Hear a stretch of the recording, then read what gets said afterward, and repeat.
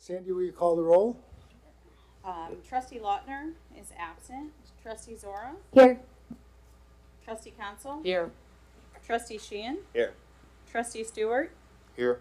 Trustee Caputo is absent. President DeCipio. Here. A quorum is present, Mr. President. Thank you, Sandy. First on our agenda tonight is a presentation by Sharon Durling. Illinois Aggregation Consultant will provide an update to the village's electrical aggregation program. Sharon? We're going to have some technical difficulties. We're trying to get a PowerPoint, so put everything out there. Okay. This one.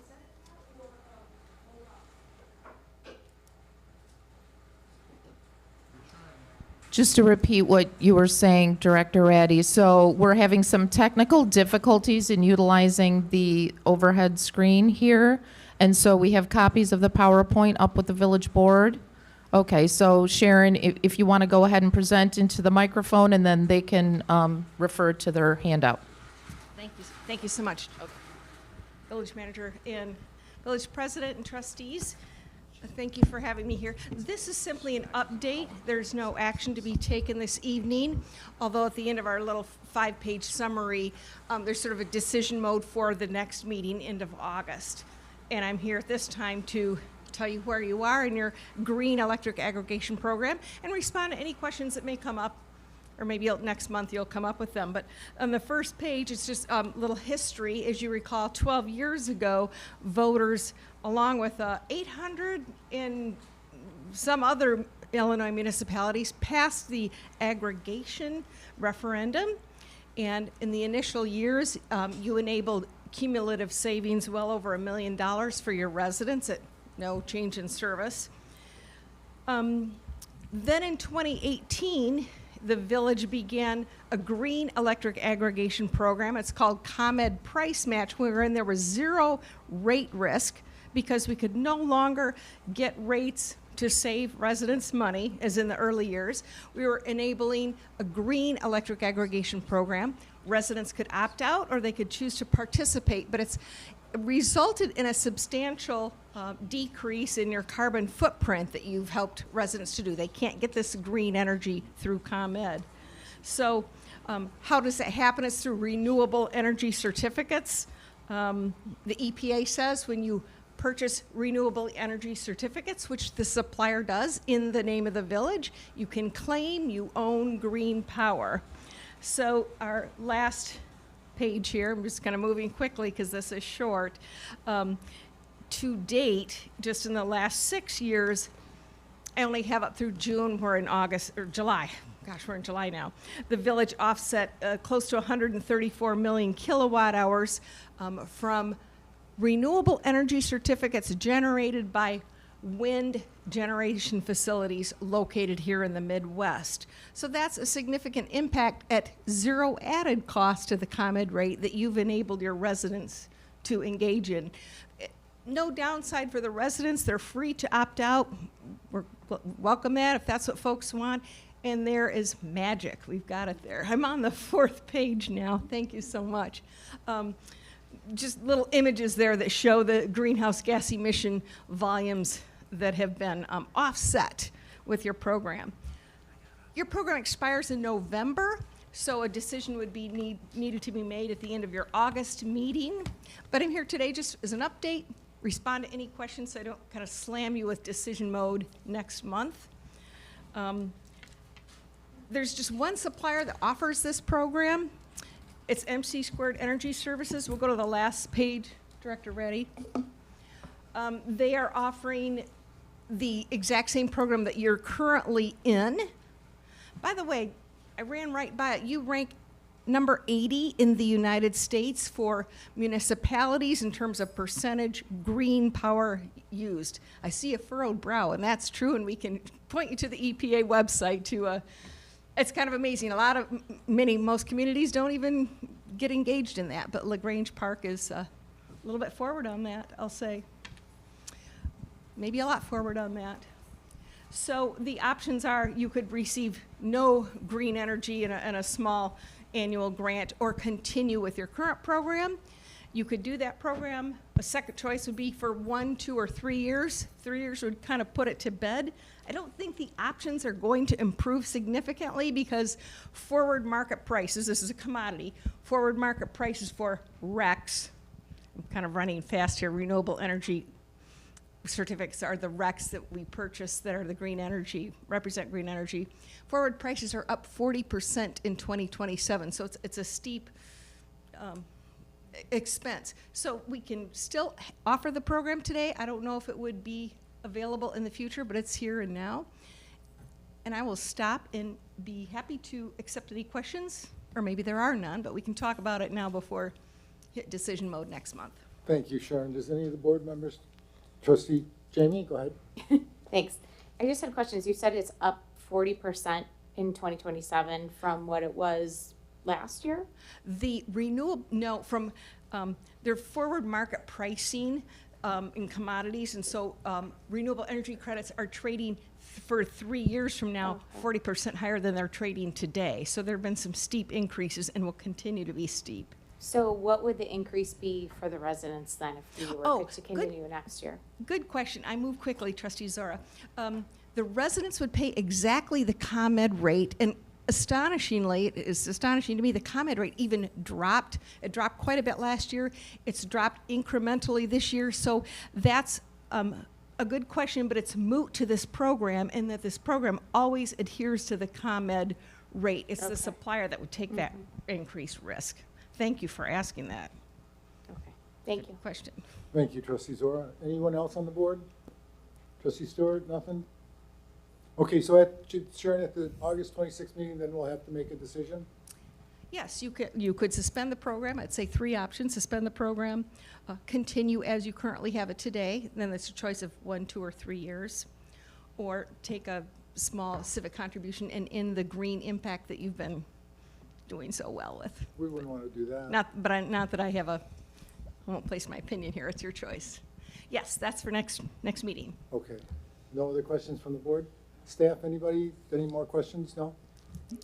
No, I think Sharon said it, you know, what our options are moving forward, that we'll have to make a decision at the April board meeting, August board meeting. You know, those 3 options that she provided. I think ultimately, personally, I mean, we have been doing this for so long. I don't think it's something that we should postpone. I would say we should maybe try to keep it going, but that's a discussion that we can have next month. Thank you, Rick. Is there any other information that we'll need to make that decision, or do we have it all, Julia? Or Rick, whoever? Yeah, we should have the contracts, or at least what the pricing and all that from MC Squared by the next meeting, because they lock them in. You know, we'll only have a few days to make a decision, you know, because of the way that the rates will change, you know, daily. Okay. So that's something that we'll be bringing to the board. Thank you, Rick. Thank you, Sharon. Look forward to seeing you in August. Thank you, President. Okay, moving on, we're going to go to public participation. Is there anyone that would like to address the board? President Cordy? I'm Bob Cordy. I'm a 30-year resident of LaGrange Park. I wanted to address the board. It's on your agenda talking about the TIF district for the Park District. You did get a letter from the Village Board agenda memo. In that, it talked about new construction's not eligible. We're not asking for new construction money. We're asking for money that specifically is TIF eligible. The second thing on this letter talked about that we don't generate any revenue, and I find that really hard to believe. $500,000 of LaGrange Park money goes to the LaGrange Park District, most of which goes to their facility on East Avenue. Now, if a mom's dropping her child off for a birthday party at that facility and she wants to go to Jewel, she's not going to go across 1 or 2 train tracks and brave the intersection of Ogden and LaGrange Road to go to the LaGrange Park Jewel. She's going to go to Countryside. Another parent's dropping off their kid for basketball practice, wants to go to Aldi's, or brand new Aldi's. He's not going to go across 1 or 2 train tracks. He's going to go down to Hotchkiss and go to their Aldi's. So I'm dropping off my grandson for batting practice. I need some screws. I'm so sorry for this, I hope Scott doesn't hear this, but I'm not going to cross 2 to 3 tracks to go to our ACE. I'm gonna go down the street to Menards. So when somebody says that we don't generate money, we do generate money. This project will keep people in the Grange. If you keep people in the Grange, they will spend their money in the Grange. If you let them go out of the Grange Park, if you let them go out of the Grange Park, they are more likely to spend their money outside. And that's what we don't. And this project is ready to go, and it will keep people here. Thank you. Any questions? We're going to move it up, President Cordy, so we'll entertain some questions later. Anyone else? Yeah. Good evening. My name is Sarah Earhart, and I'm a resident of LaGrange Park. And today, like many days a week, I left the community of LaGrange Park to go to a neighboring community to use their gymnasium facilities. I don't want to leave LaGrange Park to use their facilities. I want that brought into our community. I don't think other residents of LaGrange Park want to leave either.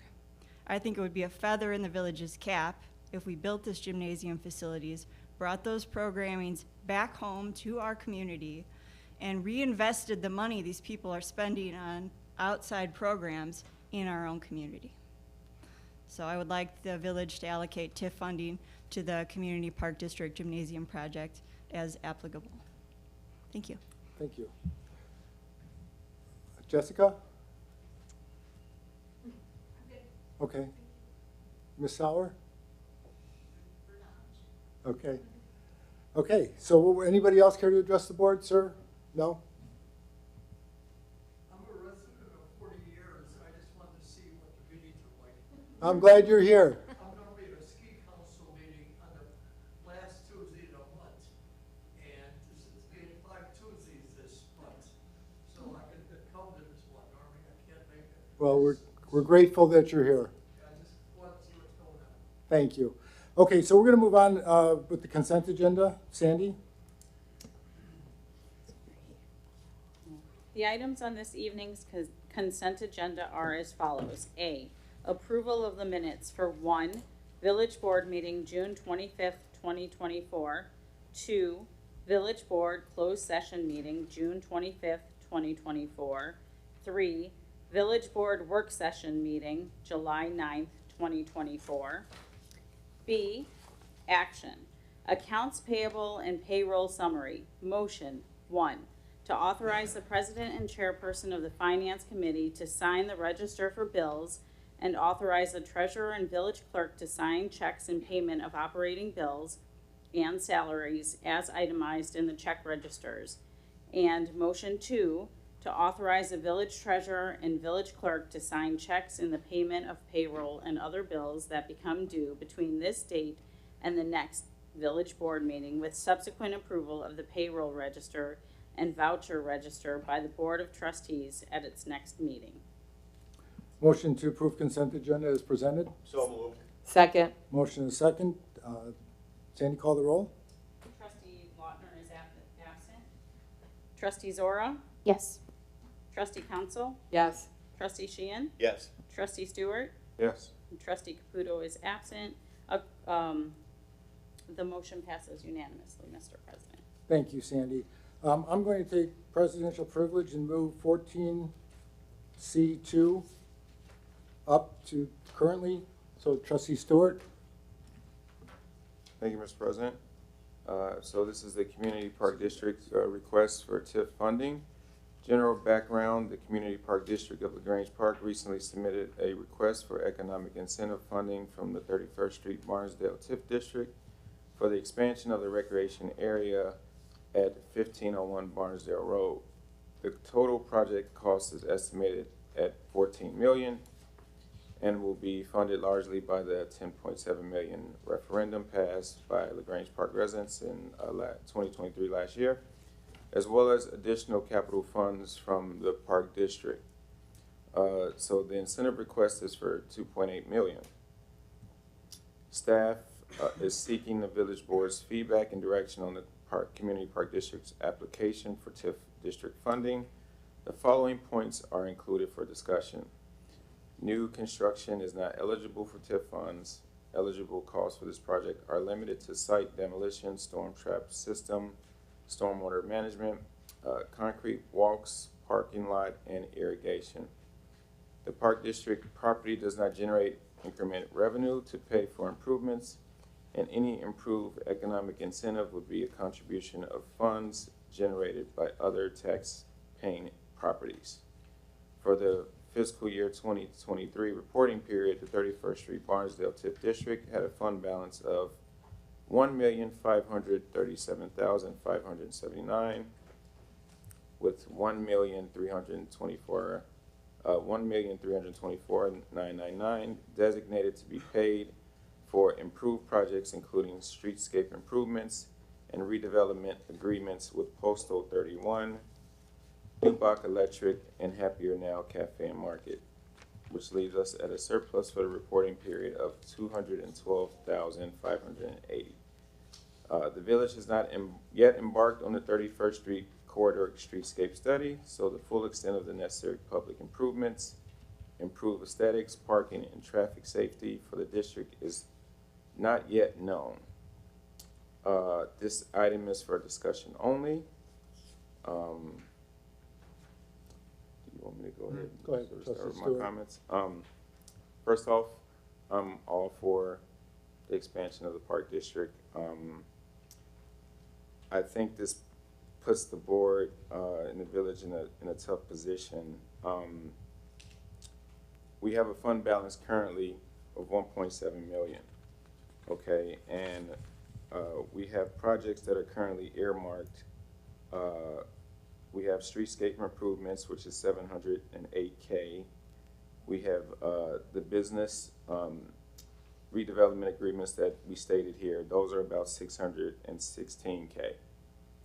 And then we also have things like the Green Alley project, which is another 400K. And then we're also exploring potential parking solutions for that same district, which would be upwards of 1 million. So we generate 400 million annually. I'm sorry, 400,000 annually. So, you know, as far as the stuff that we've promised to the public, I just don't know how feasible this is at this time, given all of these commitments that we already have. And I do take Mr. President's point on the downstream effect of having an expansion and having people come over and spend their dollars, and as well as having these memberships and everything come back to the community. But it's not tangible, given all the other stuff that we have that is more tangible, and we would potentially have to postpone those commitments. I don't really know a way forward with this at this time, but I do think that it's worth us looking at our attorney, Kathy Field-Orr, and she's our TIF sort of specialist, our attorney, and she may be able to provide a little bit more viability for this request. But you know, 10.7 million is what you currently have, and then it's a 14 million total, right? So the request is 2.8 million, and you know, I'm not really sure how many. I'm not sure how much is even eligible to receive TIF funds, just based on that total 14 million. I believe it was 1.3 or something that we came up with, as far as just being eligible for TIF funds. Yeah, if you don't mind, Julia. Okay, I can comment on that. So when we receive the request, as typical whenever we receive an application for TIF funding or Business Development District funding, we send it over to our TIF and BDD Special Counsel, Kathleen Field-Orr. So she was able to review the detail that was supplied along with the application, and she reviewed the elements of cost against the TIF Act and determined that approximately $1.3 million of the expenses of the total expenses of the project were eligible for TIF funding under the Act. And as it relates to the detail, I think that's for, I'm going to turn it over to Maggie because I think she knows what the detail is in that 1.3 million eligible costs. That includes the cost for demolition, the storm trap system, which is the stormwater management, concrete walks and parking lot, as well as the irrigation.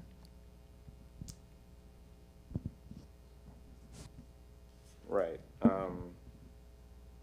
So with that said, I think, you know, it may be worth us having our attorney come by and maybe sort of convey some of these points. But I just don't see how we're able to do this right now. Just, I don't know where the funds are gonna come from. So. Trustee Zora? Yes. Thank you, Mr. President. I agree with Trustee Stewart. I am definitely in favor of the expansion. I think the village needs this, the Park District needs this. Every year we have so much lost revenue that just keeps multiplying, especially with the programs that you continue to offer and expand.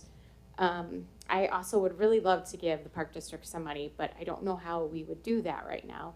I have a question is there a potential for allocating future funds? I mean, I don't know how that works. It might be something for Kathleen Field or, but I also want to say I am guilty of sending my kids to LaGrange, Western Springs, Oak Brook. I mean, everywhere else besides LaGrange Park, because we just don't offer the same programs that other park districts offer. And I do agree with President Cordy that if we brought something back to LaGrange Park, it would bring more people here that be waiting for their kids, picking them up and running to the store or eating dinner while they're at an activity or something like that.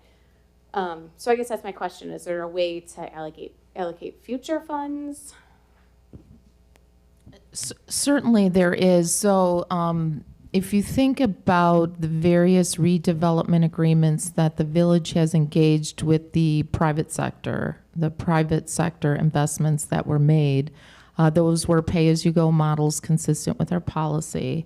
So the revenue that particular parcel, in this case, it's based on property taxes, real estate taxes. So the amount of revenue that is generated through the increment, that is the revenue, that's the money that is utilized in order to incentivize whatever TIF eligible project that is. And oftentimes, in most cases, those redevelopment agreements are based on incremental payments to them over time. Now, in this case, this is a public investment, and so what the memo was referring to is under the TIF Act, increment has a definition. It has a legal definition. So because the property is tax exempt, it doesn't produce an increment, okay? And so while it doesn't produce an increment, we have had redevelopment agreements that do provide for payments over time. Let me get through the board, Trustee Corey. Trustee Council? Thank you, Mr. President. Julia, I'm directing this question to you. The businesses that were highlighted for redevelopment agreements, Posto, Dubac, et cetera, with the 1.5 million, with 1.32 million being designated for the pre-approved projects with these businesses. Is there any way that you can highlight what these pre-approved projects are, and if that entire amount of 1.3 will be utilized for those projects? And maybe my other question is, can some of those funds that are not being used for those projects with Posto and Happier Now, et cetera, can that be tapped into for what the Park District is asking for? Because I feel that, yeah, they are a vital source in the village, and consequently, you're driving, they made the point of driving their participants in their programs are going to different communities. And by virtue of us losing potential business, I think that it's prudent, and it's obviously a better opportunity for the village to have them stay here in-house. My other concern is the TIF districts are not only affecting the parks, they're affecting the schools, they're affecting the libraries. So these organizations will stand to not be income earners for whatever the period of the TIFs are. And I'm guessing that TIFs are 12 years out or 20. So, and where are we now in that 23? There are 16 years left.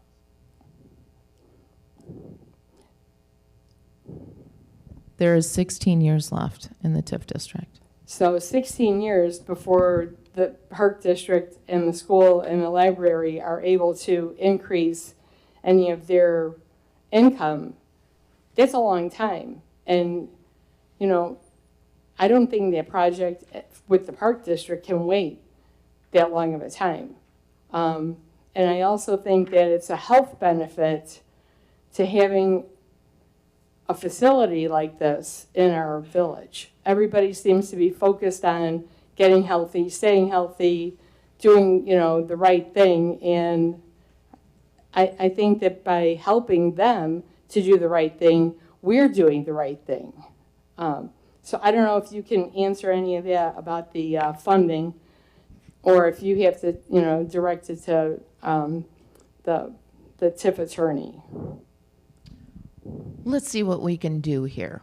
Okay, so I'm going to start with your first question that was regarding Post 031 and Dubach Electric. So your question there is, how do we support those private investments? So typically what we do is we receive a request for funding. We review their project costs. We determine which expenditures are TIF eligible under the Act. And once that is determined, we typically offer them an incentive at around 17 or 18% of the total TIF eligible costs. So that's typically what we do. And we stay consistent with all businesses that are either expanding or new to the community in order to spur the redevelopment, in order to, the whole goal is to make these investments to increase the TIF or increase the increment so that at the end of the 23 years, the amount of revenue that is being generated through the property taxes from the TIF district is much greater than it otherwise would have been if the TIF had not existed and those investments, reinvestments into that district were made, okay? So this is about reinvesting into the future so that all taxing bodies benefit in the end. So so going into the TIF, when the village board evaluated whether they wanted to try and TIF a specific area, the village engaged in a TIF feasibility study to determine whether or not it qualified for a TIF. And they looked at a number of factors, including a declining year-over-year EAV for this particular area.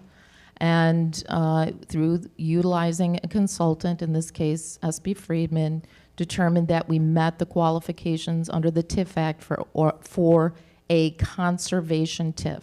So it wasn't fully blighted, but the purpose of the TIF is to be able to place this instrument so that we could isolate the increment, the growth over 23 years, to be able to reinvest that back into public spaces to ensure that all the property values increased over time. And so, you know, to address the things that made it at risk for blight to begin with, such as aged buildings, aged infrastructure, all kinds of, all of the factors that are qualifiers for the TIF. So, so there's benefits for all the taxing districts by doing a TIF district. With regard to responsibility, it certainly is the responsibility of each municipality when they have a TIF to ensure that the funds that are spent are going to increase the value of the TIF district, right? So if you're going to freeze the increment, which impacts all of the taxing bodies, whether it's the park district, the school district, the mosquito abatement district, whichever district it is that levies something on the tax bill, there's a responsibility to ensure that that increment that gets set aside so that the village can make these investments to bring back greater revenue, that it's spent wisely, so that when it's all over, everybody's going to get more money. There's the property value goes up for everyone. So there is a responsibility. In our case, with this particular TIF, the other districts, with the exception of Cook County, other taxing bodies, I think it's just the Park District that has property located in this district, if that addresses your question to begin with. So in looking at this particular TIF, which includes Barnsdale Road and 31st Street, the Park District, Community Park District Recreation Center located on Barnsdale Road is located within the TIF. There is some other taxing body property located in there with Cook County along the IHB, but I believe that there are no other taxing bodies located within the TIF. Is there another question that you had? I wanted to make sure I addressed the responsibility portion, how we look at private investment. Certainly there are health benefits to this project by the Park District, and certainly there are all kinds of benefits of improving the site in order to increase programming for the Park District. So my understanding is there were boundaries in the TIF district where the park properties are located, and was there any? I wasn't part of that, the TIF discussion initially, so I'm trying to grasp all of it. So were there? Was there a set boundary that had to be met in order to have Barnsdale Corridor 31st Street part of a Barnsdale TIF district? And did anybody understand that the TIF district was going to affect the Park District? Well, a TIF, by its very definition and the way that it operates, is going to start at a base year, and from the point after the base year, in this case it's 2015, the period after that, it's going to collect the incremental growth over the period of the life of the TIF. So all taxing bodies will be impacted, including the village.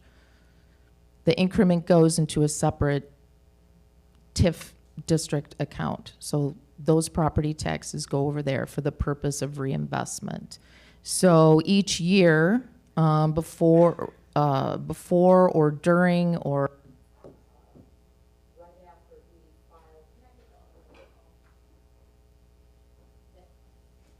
the annual comptroller's report, which is required of the TIF Act, we invite all of the taxing bodies to something called a joint review board, so that we can provide an overview of each TIF district. We notify all the taxing bodies that we're going to hold the joint review board meeting.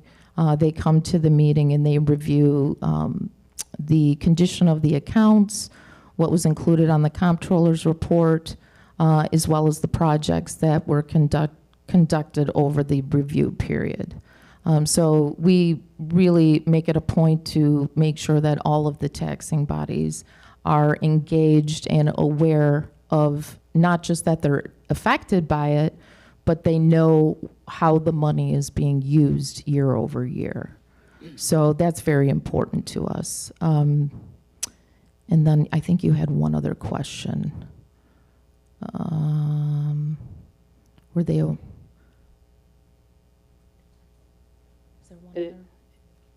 Okay. It escaped me. I didn't write it down. I didn't write it down either. Usually I write down all the questions, but if it comes back to you, just go ahead and ask it, yeah. Thank you for your information, Julia. Yeah, absolutely. Thank you, trustee Council. Trustee Sheehan? Thank you, Mr. President. I think I echo the feelings of every board member up here. I just remember before the referendum last year, and what a strange one that was with the result. But the amount of money that you guys posted, I think, Jesse, you did the presentation, the amount of money that transfers out of this town because we don't have the facilities to support the ever-changing demographics with the younger families and the kids moving in. And so many neighbors, like Trustee Zora said, with the smaller kids, I'm hearing all the time, you know, dropping them off in Western Springs, picking them up, you know, in other towns. And it would be nice to keep everybody in-house and grow the community the right way, rather than all those dollars going other places. I think to table this and have Miss Orr come out or talk to us somehow would be the best next step. But I don't see anybody that wouldn't support this. So just wish we had the funding. And that's all I have, Mr. President. Thank you, trustee Sheehan. Trustee Stewart, do you want any other comments? So, you mentioned that, I don't know if it was Julia or Maggie, that typically the private investment, the 17–18% of eligible costs is paid out, right, over time. So if we're saying 1.3 million is eligible costs of, are we saying 1.3 million of the 14 is eligible, right? So that brings us to roughly 221K if we're using that same model for the private investments.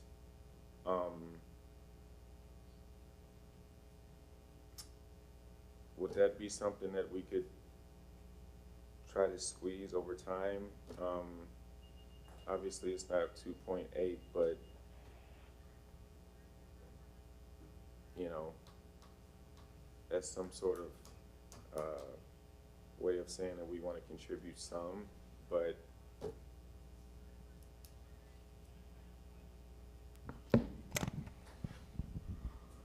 Well, I think the challenge is that any significantly large sum in the next few years will postpone our ability to make streetscape improvements, right? Or if we want to do parking improvements. I think it's something that, you know, if that's what the board wants to do, we could look at ways where it could be manageable payments, if that's what the board wanted to do. If they don't want to do that, that's fine as well. But, you know, as long as we can manage those payments year to year. I'm not sure exactly when, I think it would be helpful to know when the Park District is looking for that money. When do they need that money, and when do they engage on the project, if I may ask? Yes, sure. That would be great, Jessica.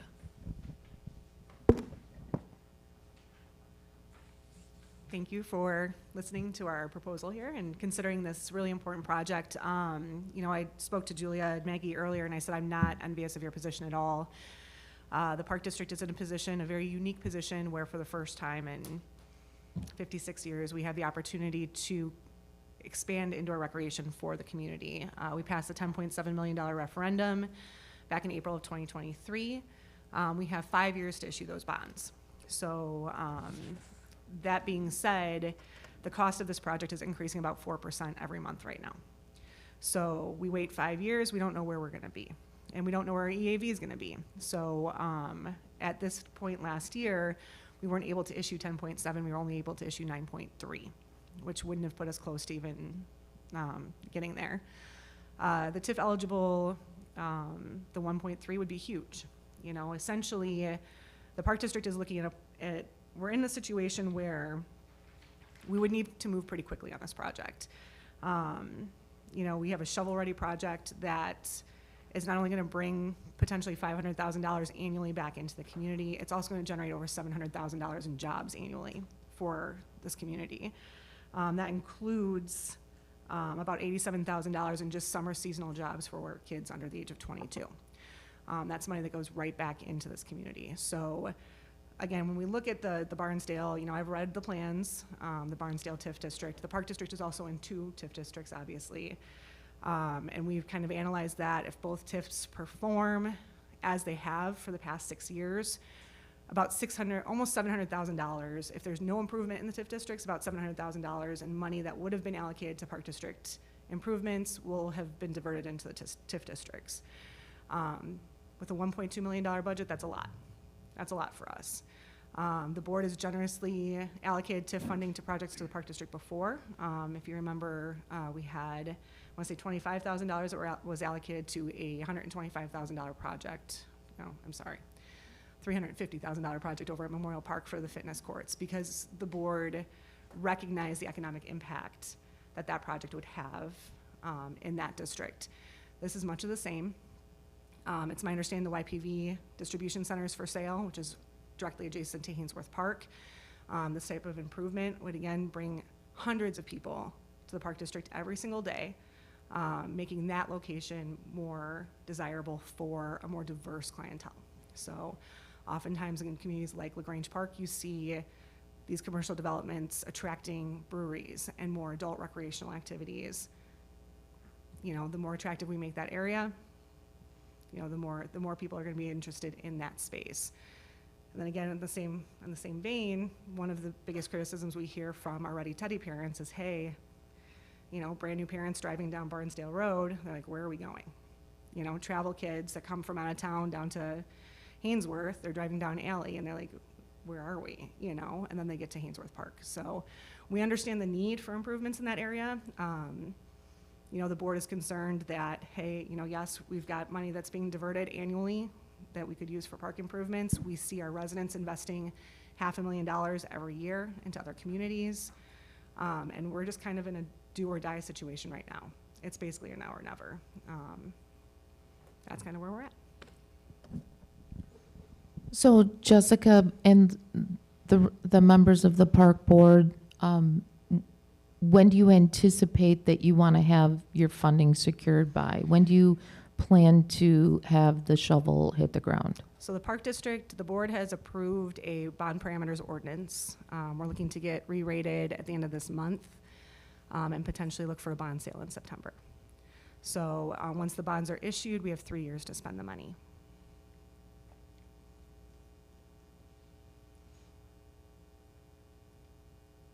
Thank you, that's helpful. Jess? Yes.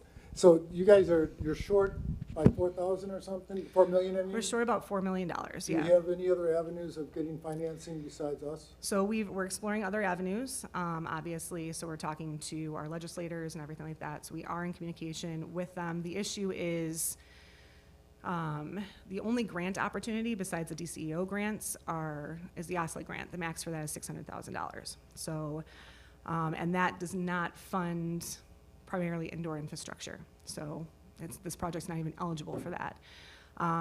We applied for a $2.8 million park grant last year. We did not get it. It went to 4 other Cook County agencies that were renovating existing facilities that had a much higher population than LaGrange Park. So we are exploring that, but it looks like we might have to value engineer. So we'd have to kind of go back to the drawing board and see where we're at, and then maybe phase a few more things in. So. Any other comments from the board? Yeah, I'm sorry, that was gonna be my next question. With the 10.7, I mean, that's roughly, what, 80% or roughly 75, 80%. Are you able to get a lot done with that and kick the can on the remainder, if that was the worst situation? So worst case scenario, should we be able to get the $1.3 million for the TIF eligible aspects, we're gonna be able to put the gym up. What we'd have to do is we'd have to look for and prioritize funding for the playground. So essentially we have to remove the playground and the concession stand in order to get the parking that's required for the increased usage of the facility. Obviously we have a preschool. The playground itself is about $1.2 million. So that's what we would have to probably postpone until we can find additional funding for it. That being said, you know, depending on what kind of revenue we start generating. I mean, we look at our summer camp. Back in 2019, LaGrange Park did not have a day camp. The average revenue that we were able to bring in was about $106,000. That was in the summer of 2019. Since then, we've offered our summer day camp, which filled in 45 minutes this year. And we are at $320,000 for summer revenue as of today. So there is latent demand of residents for this type of programming. So we should be able to generate that stuff quickly so that we can finish the project. We're at $320,000 as of today, just for summer. Summer revenue. Whereas again, in 2019, $106,000 was our max.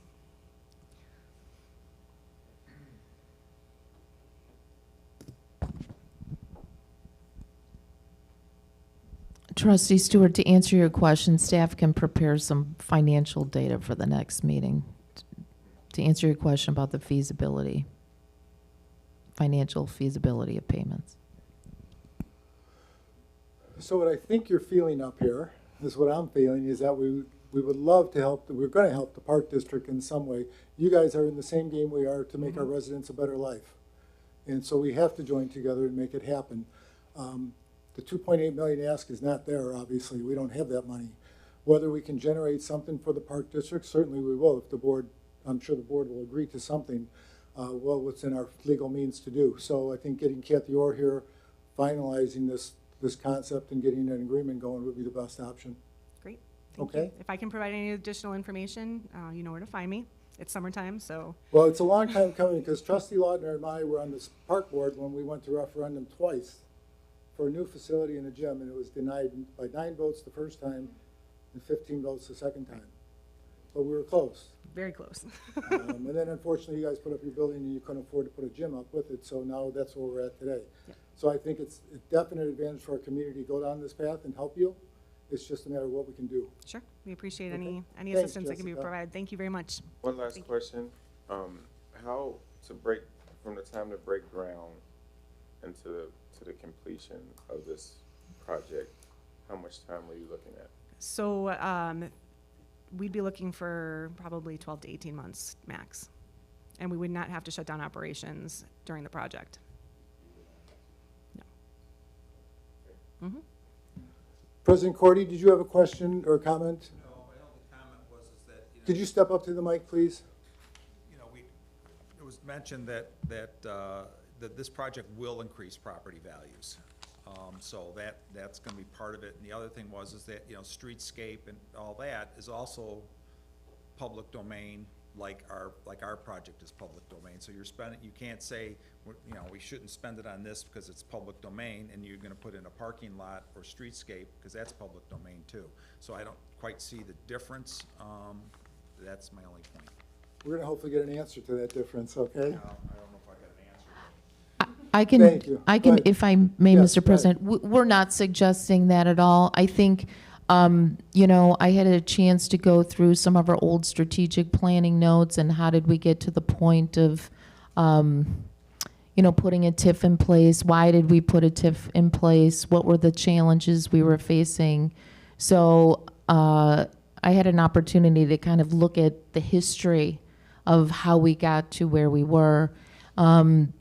Certainly, a public facility is a wonderful investment. I think if you look at the history and the conversations that the board had, what they were looking to do is create an environment that has a lot of vibrancy and vitality to it so that new businesses would be willing to reinvest in it in order to grow the tax base for all of us. And so we knew to make the improvements for 31st Street, which are sorely needed, we didn't have the revenue to do it.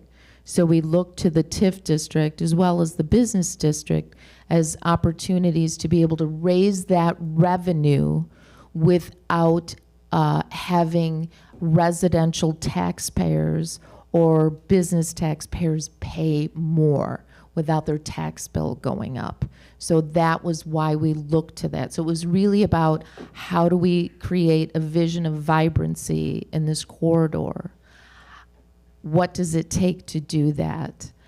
And might we use this instrument as a way to achieve that vision or that goal? So it wasn't really about one being better than the other.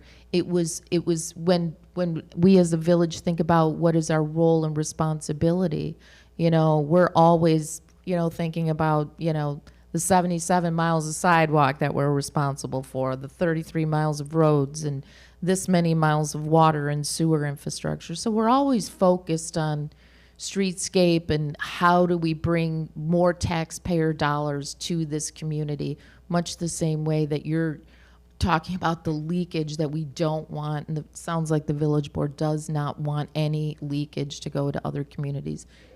I think we're all on the same page, right? I just wanted to make that comment. Looking at building their rec center, they're gonna build that was in the news, so other villages around here are doing it, and we're just gonna be farther and farther behind. Thank you, Commissioner Sauer. Thank you, President Cordy and Executive Director. So we'll have our attorney here at the next meeting to see what we can do. Okay? Appreciate it. Thank you, guys. Thank you for moving it up. And the baseball game was canceled. What baseball game? Grange Park is, in 71 years, is the first time we've been in the state championship game for the Little League. Where are they at? They're in River Forest, but It was canceled. the game is canceled today, probably because of rain. I know you're really worried. Let me know the makeup date. Yeah, okay. Okay? I had to be here for this meeting instead of there. It got canceled anyway, President I Cordy. know, there you go. Thank you, guys. Maybe they canceled because I couldn't get there. I don't know. Probably. Probably not. I think God had more to do with it than me. Okay, thank you all. Thank you. Yes. Okay, moving on, we're going to go to the village manager report. Julia.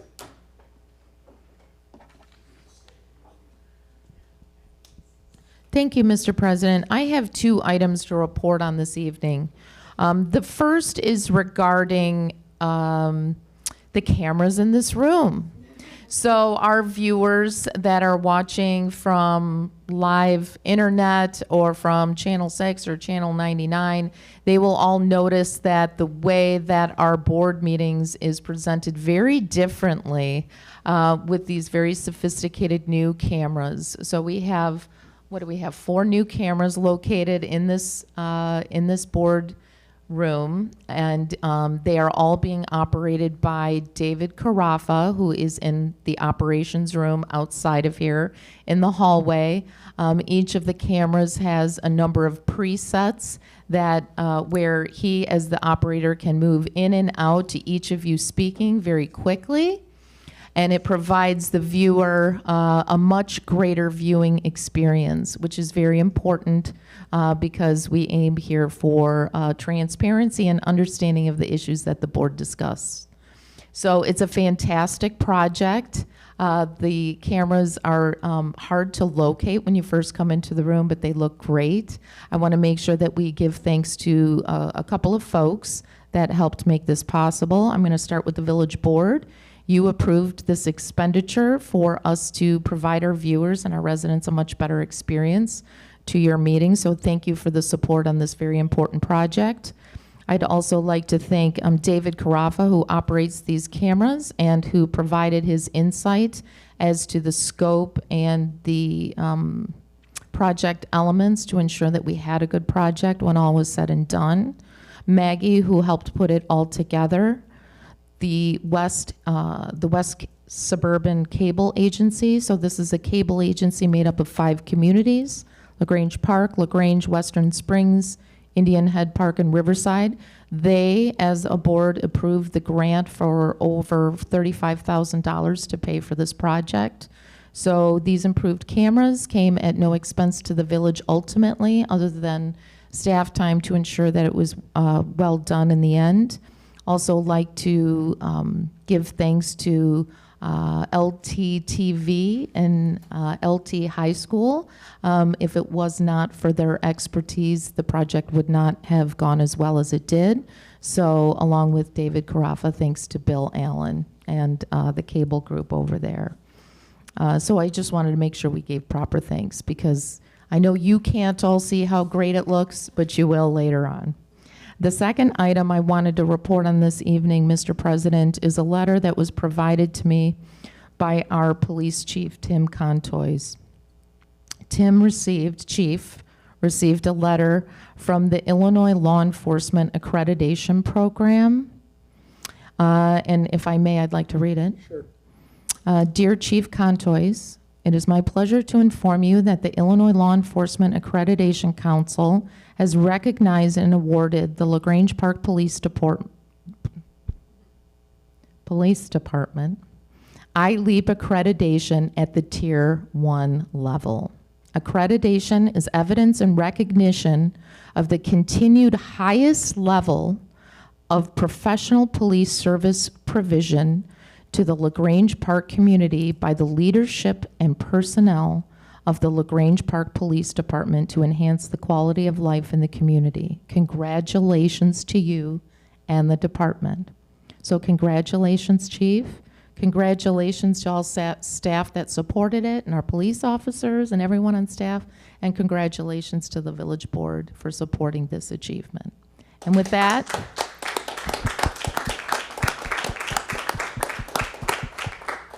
that concludes my report. Thank you. Thank you, Julia. Chief, congratulations. Thank you. Okay, moving on, Administration Committee, Trustee Council. Thank you, President DeCipio. My report is as follows. Seasonal watering restrictions. As the weather heats up, the village would like to remind residents of seasonal watering regulations that are in effect through September 15th. Odd street addresses can water lawns on odd numbered days, and even street addresses can water on even numbered days. Thank you for your cooperation. The residents are encouraged to sign up for Village's weekly electronic newsletter, also known as e-briefs, to stay up to date on important local news. E-briefs includes regular updates to keep residents informed of construction projects, community events, and much more. To subscribe, visit the Village's website, navigate to the How Do I page, and select Sign Up for e-briefs newsletter. Thank you. That concludes my report. Thank you, Trustee Council. Building and Zoning Committee, Trustee Zora. Thank you, Mr. President. I'd like to report the building department activities for June 2024. 83 building permits were issued in June 2024 compared to 80 in June 2023. As of June, the pace of permit submittals year-to-date is slightly more than the pace of submittals last year. Estimated construction costs for the month were just over $1 million, which is less than the $1.4 million that was realized in June 2023. Permit fees collected last month equaled $14,708, which was less than the $31,690 of permit fees collected in June 2023. 162 building inspections were conducted this past month compared to 234 in June 2023. 3 were not approved. Total of 7 new court enforcement cases were recorded last month. 6 of those projects were closed out, and the remaining 1 case required further code enforcement action. And then I have 2 items for discussion and action. In 2015, the village board granted Nazareth Academy a variance to install permanent lights on the existing football field. The board's approval was conditioned upon Nazareth Academy hosting no more than 5 night football games per year and obtaining an exception from the village's nuisance regulations in order to operate the sound system past 9 p.m. during those games. Nazareth Academy has submitted a temporary use permit application requesting an exception from the village's nuisance regulations regarding the noise for 5 night football games. The games will begin at 7:30 and will conclude by 10 p.m. The following dates are all in 2024: August 30th, September 6th, September 20th, September 27th, and October 18th. Per Section 93.04.c.5 of the Municipal Code, all loud and discordant noises or vibrations of any kind between 9 p.m. and 7 a.m. are classified as nuisances affecting peace and safety. The code allows the village board to approve an exception to the nuisance regulations for temporary uses. If the board approves an exception to nuisance regulations specified to the identified dates, the village staff will approve the temporary use application. Staff recommends that the village board grant a specific exception to the village's nuisance regulations. I'd like to make a motion to grant an exception to the nuisance regulations contained in section 93.04.c.5 as amended to the village municipal code for the purpose of allowing Nazareth Academy to operate a sound system until 10 p.m. on August 30th, September 6th, September 20th, September 27th, and October 2024. Second. Motion is second, discussion, trustee Zora? Thank you. We've been doing this for years now, and as far as I know, there haven't been any issues or complaints based on these 5-night games. Staff, chief, does anybody, no complaints. I see no reason why we should not approve this. Thank you, trustee Zora. Any other comments from the board? Seeing none, Sandy, call the roll. Trustee Lautner is absent. Trustee Zora. Yes. Trustee Council. Yes. Trustee Sheehan. Yes. Trustee Stewart. Yes. And Trustee Caputo is absent. The motion passes unanimously, Mr. President. Thank you, Sandy. Thank Continue you. on. Thanks. I have one more item. This is to approve consulting agreements and fee schedules with Lakeside Consultants, Don Morris Architects, and Safe Built Illinois, LLC for plan review, inspection services, and code enforcement. Due to limited in-house staff capacity, the village requires assistance of third-party consultants to support plan reviews, inspectional services, and code enforcement activities. Plan reviews and inspectional services are contracted by the village on an as-needed basis, and the cost for these professional services is typically offset by permit fee revenue or pass-through charges. Code enforcement is contracted on an hourly basis. The fiscal year 2024-25 budget includes $181,000 for estimated expenditures related to third-party plan reviews and inspections, and $40,600 for estimated code contracted enforcement services. Staff recommends approval of the attached agreements and fees scheduled with the 3 vendors. I'd like to make a motion, 3 different motions separately for each vendor. The first motion to approve a professional service consulting agreement with Lakeside Consultants for plan review and inspection services not to exceed $90,500, plus a 10% contingency for fiscal year 2024-25, and to authorize the village manager to execute the agreement with Lakeside Consultants dated June 25th, 2024. Do we have to approve these each separately? Yes. So I need a second. Motion is second. Second. Discussion, trustee Zora? I'm just going to comment on all these so we don't have to go through each one. I think this saves the village money over time because staff isn't allocating their own time to this, and all the benefits that would be provided for having all these individuals be staffed by the village. So I think this is the way to go, and especially because these fees are passed on to whoever's submitting for permit or inspections. Any other comments from the board? Trustee Council? Thank you, President DeCipio. I had one question regarding the way that these firms are paid. I'm guessing that they're paid as they bill us and not as a lump sum payments, correct? Mm-hmm. Thank you. Any other comments? Seeing none, Sandy, call the roll. Trustee Lautner is absent. Trustee Zora. Yes. Trustee Council. Yes. Trustee Sheehan. Yes. Trustee Stewart. Yes. And Trustee Caputo is absent. The motion passes unanimously, Mr. President. Thank you, Sandy. Thank you. The second motion to approve a fee scheduled date July 1st, 2024 with Don Morris Architects for plan review and inspection services not to exceed $90,500, plus a 10% contingency for fiscal year 2024-25. I have a motion to a second. Second. Second, discussion, trustee Zora? Same as previous. Any other comments from the board? Seeing none, Sandy, call the roll. Trustee Lautner is absent. Trustee Zora. Yes. Trustee Council. Yes. Trustee Sheehan. Yes. Trustee Stewart. Yes. And Trustee Caputo is absent. The motion passes unanimously, Mr. President. Thank you, Sandy. Thank you. Final motion to approve a professional services agreement with Safe Built Illinois LLC for code enforcement services not to exceed $40,600 for fiscal year 2024-25, and to authorize the village manager to execute the agreement with Safe Built Illinois LLC. Second.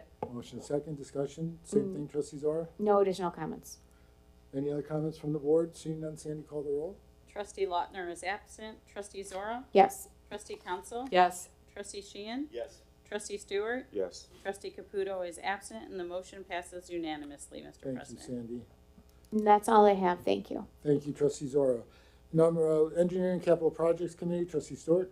Thank you, Mr. President. Construction has continued on the Edgewood and Richmond water main project, unique plumbing with water main installed on the 300 block of Edgewood and on Raymond Avenue. The mains have passed their pressure tests and have been chlorinated.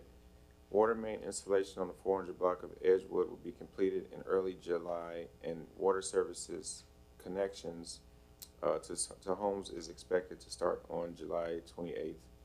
2024. The work is on schedule and is anticipated to be completed within the time allowed in the contract. Design work is completed for the Park Road Improvement Project. Improvements will include new curb and gutter, driveways, and the sections of public sidewalk on the east side of the roadway. Drainage structures will be replaced and new storm installed where needed. The MWRD permit has been approved and IDOT has been approved for the project for bidding. The bid opening is scheduled for 10 a.m. on August 8th, 2024, with the work anticipated to be completed by mid-November. Lastly, the start of the construction of the MWRD Green Infrastructure Alley program will be delayed until the week of July 8th due to ComEd duct lines and the contractor not wanting to start in the shortened work week of July is due to the holiday. The David Concrete has 28 calendar days to complete. 28 calendar days to complete the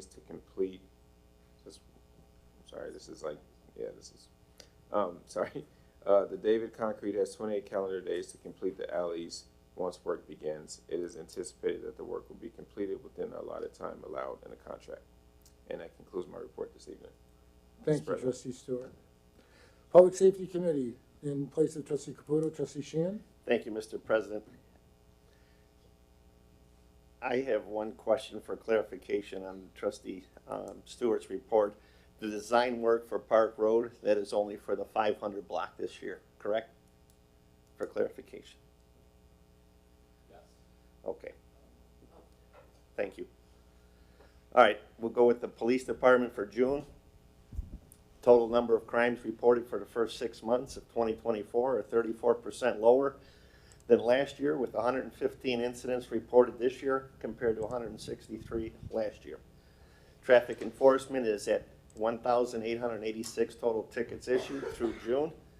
Overall police activity is 996 total incidents reported in the month of June. Total incidents for the first 5 months total 5,979 total incidents. Of those 996 total incidents for the month of June, 60 were assists to the fire department, 251 were self-initiated building or park checks, 150 were traffic stops, and 45 were closed home checks. All sworn department members took part in an outdoor firearms training and qualification that was held in Lamont. All sworn members of the department took part in an 8-hour defensive tactics and handcuffing class put on by Officer Tony Garcia. This class meets some of the mandated training hours and topics required through the Safety Act. Department members attended 226.5 hours of training, along with completion of required monthly online training and Lexipol daily training bulletins. Staff took part in the Wounded Warrior Ride and assisted with road closures as the bicyclists traveled through town. The Board of Police Commissioners authorized the initial application phase of police candidates to fill an open vacancy in the department. Don't miss out on the upcoming National Night Out event taking place on Tuesday, August 6th from 5:30 to 8 p.m. at the Tower Green, located at 914 Hillgrove in Western Springs. Follow the police department on our social media platform and the village website for further details. The LaGrange Park Fraternal Order Police Lodge 243 charity golf outing is taking place on Monday, August 5th at White Pines in Bensonville. Shotgun start at 9 o'clock a.m. All proceeds will benefit the Illinois Special Olympics Torch Run. Please contact Sergeant Tim Griffin or check out the LaGrange Park Fraternal Order Police Lodge 243 Facebook page. The LaGrange Park FOP Lodge 243 is also hosting a car show at Memorial Park on Wednesday, August 14th from 5:30 to 9 p.m. All proceeds benefit the Illinois Special Olympics. Registration and a $25 entrance fee will take place upon arrival. Please follow the police department on our Facebook page at LaGrange Park Police Department, our Twitter account at LaGrange Park PD, and Instagram at LaGrange Park PD. A friendly reminder about securing one's personal property at all times. Please lock your vehicles and residences. especially during the overnight hours. If you are going on vacation, please utilize the new online vacation portal watch, frontlinepss.com/LaGrange Park, or log on to the village's website and access the portal under the police department's page. If you do not have internet access, feel free to fill out a vacation watch card at the PD here at Village Hall between the hours of 9 a.m. and 4:30 p.m. Okay. Fire department activities. EMS incidents this month, 174. There have been 951 year-to-date compared to 912 year-to-date last year. Fire and rescue incidents for the month, 65. There have been 303 year-to-date compared to 270 year-to-date last year. Our FD provided an engine and an ambulance coverage for the pet parade and also participated in the parade. Personnel went through required annual medical evaluations in a mobile medical vehicle brought to Village Hall. Personnel participated in various training sessions at a vacant home and a vacant bank building during the month, including first-in officer training with LaGrange Fire Department personnel. Personnel provided CPR training to several seasonal Park District employees. Personnel conducted additional hose testing during the month. Department hazardous materials technicians participated in the hazmat incident drill at Mars Wrigley Ice Cream in Burr Ridge. The training simulated an ammonia leak. Hazmat training also took place for new equipment the team secured to flare off damaged pressurized propane cylinders and tanks. Personnel briefly attended the Cafe Level Up rebranding anniversary event. Staff assisted with the Wounded Warrior Soldier Ride by displaying the American flag at Brainerd and 31st and cheering on the riders at Woodlawn and Catherine. Personnel attended various events held for the retirement for Allison Chorley, building and fire specialist who worked for our village for 40 years. We wish her nothing but the best. Staff reviewed resumes for the part-time fire department administrative assistant position and interviewed 5 applicants. Chief Magus attended a county emergency management briefing with other staff and village officials. Ambulance 1214 and Chief Magus were staged at the Chicago Fire Department station during Pride Parade as Chicago requested assistance through the mutual aid box alarm system. One incident of note, on Monday, June 3rd at 9:05 p.m., an engine and chief responded to an activated fire alarm at LaGrange Hospital, which turned out to be a fire at the medical practice building across from the ER. We assisted with trying to locate the seat of the fire and removing smoke. That concludes public safety. And thank you, Trustee Sheehan. Moving on, Public Works, Trustee Sheehan. Thank you, Mr. President. Following is Public Works report for June. Staff repaired 5 water main breaks this month and completed a disconnection of an old interconnect with the village of LaGrange. DPW continued water line surveys with residents by hand delivering notices and scheduling appointments to inspect water meters and service line material. The brush collection program continued this month and will continue the first full week of each month through October. Staff completed removing parking restriction signs on the west side of town. Hydrant flushing began in the center section of the village and will continue through the summer. Tree removals were completed by staff and will continue through the year. The village celebrated Arbor Day this month with the Metz family at the annual tree planting ceremony. The annual village barbecue was held at the DPW facility this month for all staff. Superintendent Jandik attended the tree risk assessment qualification through the International Society of Arboriculture, ISA, this month. He passed written and field testing and is now TRAQ certified. The Village Sustainability Commission held their school supply recycling event in June. The DPW facility was used to store school supplies and host the sorting day activities. Street patches were completed along with parkway restorations. GIS work has continued collecting data on village-owned assets along with continued training throughout the village. Water meters were read in Section 3. 15 monthly bacterial water samples were taken. Various water and sewer work orders were completed, along with resident tree concerns and general construction inquiries. Routine maintenance of the department's fleet and equipment was completed, as well as police and fire vehicles. Okay, next we have the resolution for construction on highways. General background: the Illinois Department of Transportation maintains control over LaGrange Road, 31st Street, and Maple Avenues. Since the village maintains control over the public utilities within the right-of-way of these highways, work is occasionally performed in these areas. To avoid posting a surety bond whenever work is performed, IDOT allows municipalities to adopt a multi-year resolution. This is a standard resolution that will cover 2024 and 2025. Staff recommends approval of the resolution tonight. Therefore, Mr. President, make a motion to approve a resolution for construction on state highways. Motion to have a second? Second.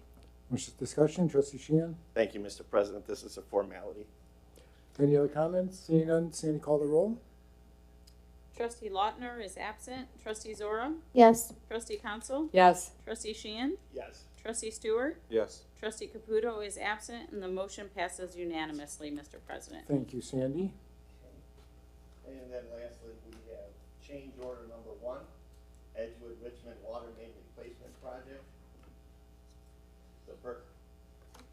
The purpose is to consider one change order to Edgewood and Richmond Water Main Project.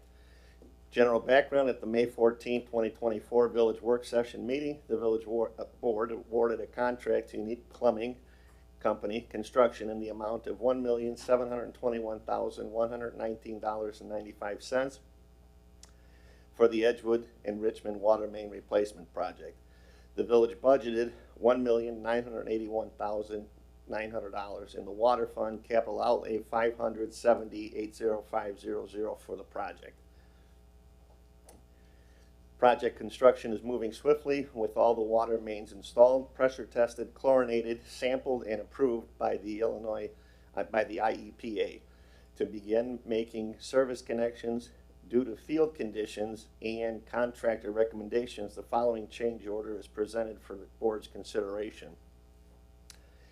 Insertive valve versus hydrostop, $16,409.76. During the design phase of this project, village staff requested a temporary hydrostop to be installed just west of the Woodlawn meter pit for the Bethlehem Woods complex. The expectation of this device would stop the water flow from outside of this pit to ensure a complete shutdown and provide additional protection to workers who enter this meter pit. Bethlehem Woods complex has 2 buried critical valves which prevent a complete shutdown of their water main. After discussing this issue with the contractor, it was determined that the better safety option to the hydrostop is the placement of an insertive valve for best protection. The net increase is $7,384.76. Staff recommends the board approve this change order with Unique Plumbing. Therefore, I make a motion to approve change order number 1 with Unique Plumbing Company in the amount of $16,409.76 for an insertive valve. Second. Motion second, discussion, trustee Sheehan. Thank you, Mr. President. I made a couple notes, and Director Ratty, I appreciate you answering my questions as you did. Given site condition and with it being an operating and safety issue, it's a better choice. And I want to stress that this was not missed on design from the engineer's side. So I support this. Thank you, trustee Sheehan. Do you want to make any comments, Rick? Yeah, I mean, what we originally called out for would work, but it's just a temporary solution. What we're proposing now is going to be, the life of that main. We're going to actually be able to utilize that as an isolation valve like we would anywhere in our system. So it's very critical point, and I think it's something that it would be good for us in the future. If in the event we ever had to shut anything down over there, we would have to go into the pit to do this. Now we would be able to do it from the outside, from the ground level. So I think it's a wise choice. Great. Thank you, Rick. Yes, go ahead, Kathy. I have a question for either Rick or Mark. The unit price for the valve is $16,409.76, but the net increase in the contract price is only $7,384.76. So shouldn't the change order just be for the net increase? Because we're not increasing the contract price by $16,009. That would be correct, just the $7,000. You want me to Because you're netting out, the change order should include the removal of the valve you're not installing and the substitution of the valve that you are installing, net increase 7,300. That would be correct. It's a net increase of the 73.84.75. That's the net increase. So that's what the change order should be approving. Should I reread the motion? Yeah, I think the motion has to reflect the net increase price. Okay. Yep. So, Mr. President, correct the motion to read to approve change order 1 with Unique Plumbing Company in the amount of $7,384.76. Second discussion, trustee Sheehan? No, thank you. Any other board members? Seeing none, Sandy, call the roll. Trustee Lautner is absent. Trustee Zora? Yes. Trustee Council? Yes. Trustee Sheehan? Yes. Trustee Stewart? Yes. Trustee Caputo is absent, and the motion passes unanimously, Mr. President. Thank you, Sandy. That's all I had, sir. Thank you, trustee Sheehan. Moving on to Finance Committee, trustee Stewart. Thank you, Mr. President. This is June 2024's monthly financial update of fiscal year to date general fund revenue. First, let me start. The village has completed 2 months, or 16.7% of fiscal year 2025, which begin May 1st and concludes April 30th of 2025. The detailed revenue and expense report and comparison charts are also attached for your review. Fiscal year to date general fund revenue of $1,343,342 is at 11.5% of the annual budget and essentially flat from last year. Property tax receipts are $4,539 less than last year. Other local taxes are lower by $82,445 or 39.2% due to the timing of the cable franchise fee and utility tax payments. Intergovernmental receipts are up $44,056 or 5.9% from last year. Sales tax and income tax continues to trend higher, while state use tax and personal property replacement tax are lower. Licenses and registration fees are essentially flat compared to the prior year. Permit receipts are $8,457 or 12.1% higher than the prior year. Charges for services are $34,081 or 24.8% higher than last year due to ambulance service receipts. Fine revenues are $11,323 or 52.6% lower than last year. Miscellaneous revenue is $16,271 or 20.3% greater than last year due to increased interest income.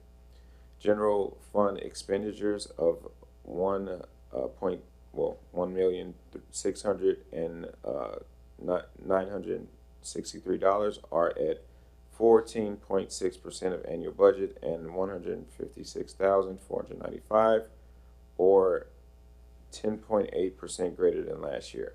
All departments are within budget expectations. I have one item up for discussion and action. Accounting services support.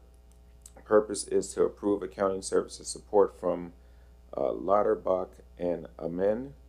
The village board approved including $40,000 in the 2025 budget for accounting services support from Lauterbach and Amen.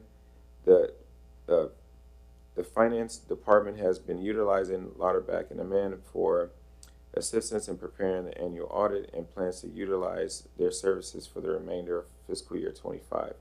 Lauterbach and Amen have agreed to hold the fees for the same level as last year. Total payments for the fiscal year will exceed the village manager's purchasing authority, therefore the village board approval is required.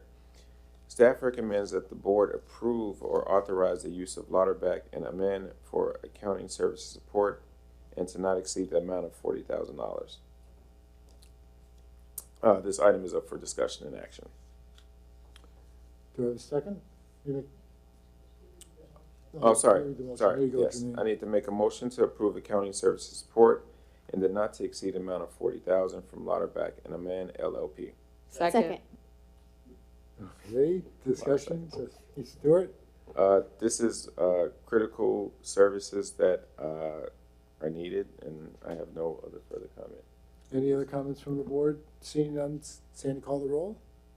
Trustee Lautner is absent. Trustee Zora. Yes. Trustee Council. Yes. Trustee Sheehan. Yes. Trustee Stewart. Yes. Trustee Caputo is absent, and the motion passes unanimously, Mr. President. Thank you, Sandy, and thank you, Trustee Stewart. Okay, other reports, village clerk, And no report, Mr. President. our village treasurer, our village attorney, No report, Mr. President. our village engineer, commercial revitalization committee, Trustee Stewart. Thank you, Mr. President. The property revitalization program. The village is now accepting applications for the new property revitalization program, which will assist property and business owners who aim to enhance the external appearance of their properties. In order to be eligible, the building must be used for commercial purposes and must be located within one of the village's TIF and or business development districts. Please visit the village's website for more information. Branding and identity plan. The village hosted a community engagement workshop for the branding and identity plan on July 18th at the LaGrange Park Public Library. Thank you to the residents, business owners, and other community stakeholders who attended and shared valuable input on what makes LaGrange Park unique. If you are unable to attend the workshop, please visit the village's website to complete an online survey by July 31st. The Commercial Revitalization Committee, our next CRC meeting will take place on Thursday, August 27th at 6 p.m. at Village Hall. Businesses and members of the public are invited to attend and provide input on how the village can best support new and existing business and enhance the commercial areas in LaGrange Park. And that concludes my report this evening, Mr. President. Thank you, Trustee Stewart. Motion to approve committee and collectors reports as presented. Second. All those in favor? Aye. Okay, I have a couple items. First, I'd like to thank staff for the wonderful job I hear about the workshop that was done on Thursday. So thank all of you because it only makes us better people by hearing what our residents want. I'll be heading to Fairview Heights this weekend for the IML summer meeting. And on Wednesday, Julie and I will be attending Plymouth Place to give a brief meet and greet. They want to hear some things that we're doing, and I don't know if it's about what it's about, but they just want to hear what everything's going on in our village. So they're a big source for us. They got quite a few residents that are there for us, so we have to go over there and patronize them. But that's what we'll be doing next Wednesday. Anybody wants to come with us, they're more than welcome. What time is that at, Mr. President? It's not definite yet. I think Jay's getting back to me this week, probably in the morning sometime. Yeah, I encourage the board, if anybody has time and they would like to come, it'd be great. Any new business? Motion to adjourn. So moved. Second. All those in favor? Aye. Everybody have a great week.